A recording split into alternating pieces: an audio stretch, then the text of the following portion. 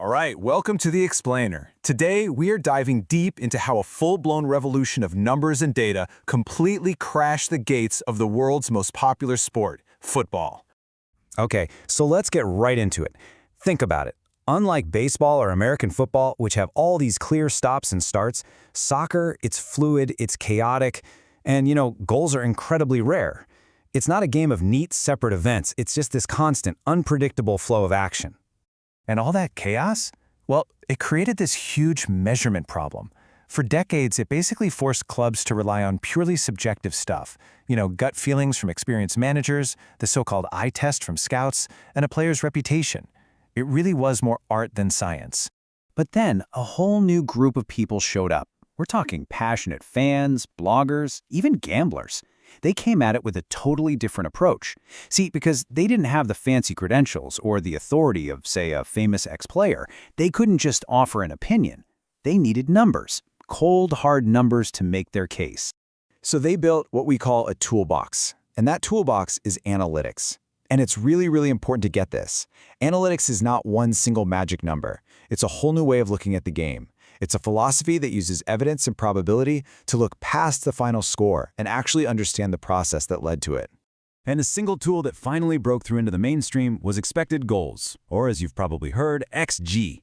It's just so powerful because instead of just counting up shots, XG asks a much, much smarter question. How good was that chance, really? It gives a probability score to every single shot, basically quantifying its quality.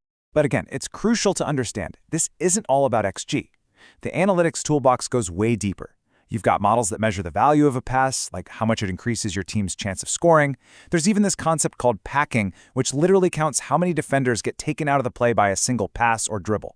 It's pretty cool stuff.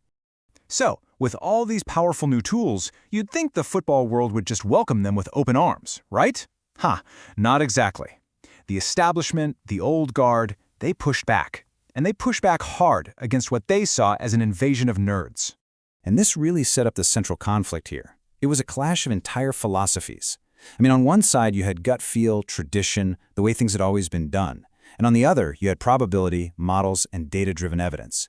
People framed it as a battle for the very soul of the game. But this wasn't really just about spreadsheets versus intuition. According to our source material, this was about power. It was about something it calls status anxiety. Think about it. If data could help pick the best players, what's the point of the traditional scout? If a model could show that a win was just pure luck, what did that say about a manager's supposed genius? Analytics threatened the authority of the insiders. So, how did data finally start winning over the skeptics? Well, the breakthrough came where it always does, money. Specifically, in the area where clubs risk hundreds of millions of dollars signing new players. In a market worth billions, even a tiny analytical edge can be an absolute game changer. And there is no better example of this in action than Liverpool Football Club. Their data-savvy American owners basically brought the Moneyball philosophy from baseball and dropped it right into the heart of English football. Their data models helped them find all this undervalued talent. They were ignoring the superficial stats and instead focusing on what really predicted success.